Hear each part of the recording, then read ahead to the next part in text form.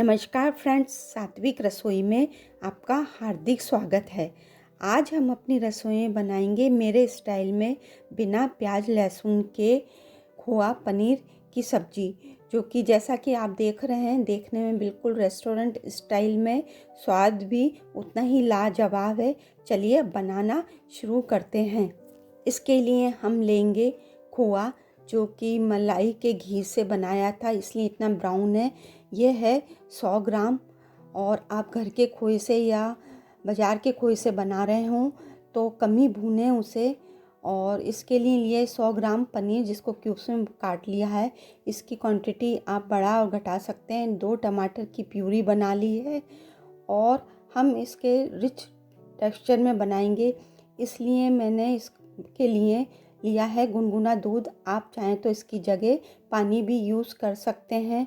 और हम इसके लिए लेंगे काजू और किशमिश। इसको चाहें तो आप स्किप कर सकते हैं। अदरक को चॉप कर लिया है और हरी मिर्च 1 लिए, आप चाहें तो बढ़ा सकते हैं।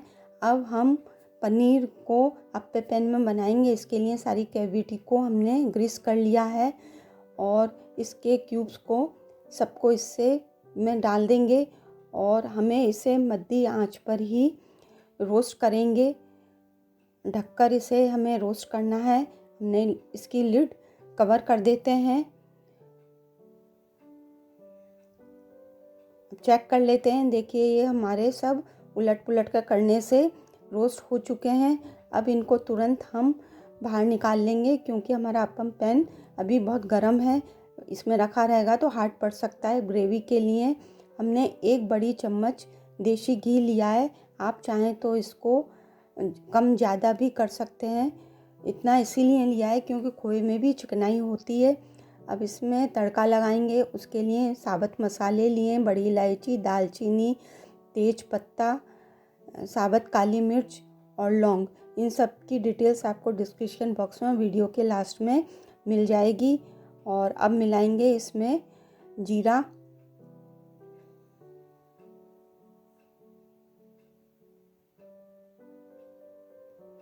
अब इनको 10 सेकंड हम चटकाएंगे। उसके बाद हम इसमें मिलाएंगे हरी मिर्च और अदरक, जिसे कि 10 सेकंड ही भूनना चाहिए, नहीं तो उसकी सारी जो तेज़ी है वो ख़त्म हो जाती है। अब इसमें कश्मीरी लाल मिर्च मिलाइए 1 छोटी चम्मच। आप चाहें तो सादी भी मिला सकते हैं।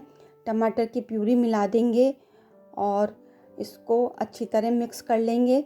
फिर इसमें हम मिलाएंगे चीनी, जो कि मैं हमेशा टमाटर की ग्रेवी में मिलाती हूँ, 1/4 चम्मच। आज आधी चम्मच इसलिए मिलाइए क्योंकि ये सब्ज़ी थोड़ी मिठास लिए होती है। हल्दी पाउडर मिला दिया है और नमक स्वादानुसार मैंने 3/4 छोटी चम्मच मिलाया है। धनिया पाउडर मिलाएंगे और अब इसे अच्छी तरह से मिक्स कर लेंगे और इसे घी छोड़ने तक हम पकाएंगे। ये हमारा घी छोड़कर कुक हो चुकी है।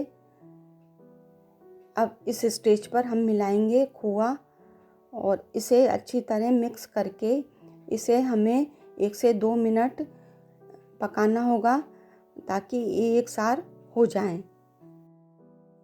बीच बीच में हम इसे चलाते हुए पका लेंगे और ये जब थोड़ी गाढ़ी पड़ने लगेगी तब इस स्टेज पर हम इसमें चाहें तो पानी मिलाएं, चाहे दूध मिलाएं। मैं इसमें गुनगुना आधा कप दूध मिला रही हूँ। या आप गाढ़ा और पतला रखने के अनुसार ग्रेवी में कर सकते हैं। और इसको बनाते समय थोड़ी पतली ही रखी जाती है। अब इसमें गरम मसाला मिला देंगे क्योंकि ये हमारा कुक हो चुकी है। कसूरी मेथी मिला रहे हैं, इसकी जगह आप चाहें तो धनिया मिला सकते हैं।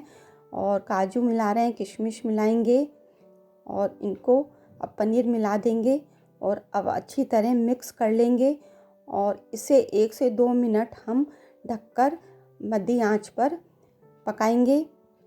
अब 1 से 2 मिनट हो चुके हैं। ये देखिए हमारी तैयार हो गई है। हमें इतनी पतली रखनी है क्योंकि अब ये रखने पर भी गाढ़ी पड़ेगी। अब इस स्टेज पर हम गैस को कर देंगे बंद और सर्विंग बाउल में निकाल लेंगे और धनिया पत्ती से गार्निशिंग कर देंगे।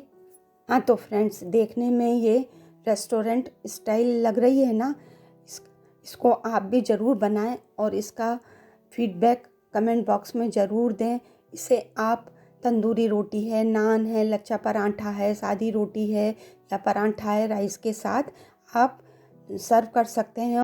वीडियो आपको पसंद आया हो तो लाइक करें, जैसे कि आप बाद में करना भूल जाते हैं। अधिक से अधिक शेयर करें और चैनल पर नए हों तो सब्सक्राइब करें, जो कि करना एकदम फ्री है।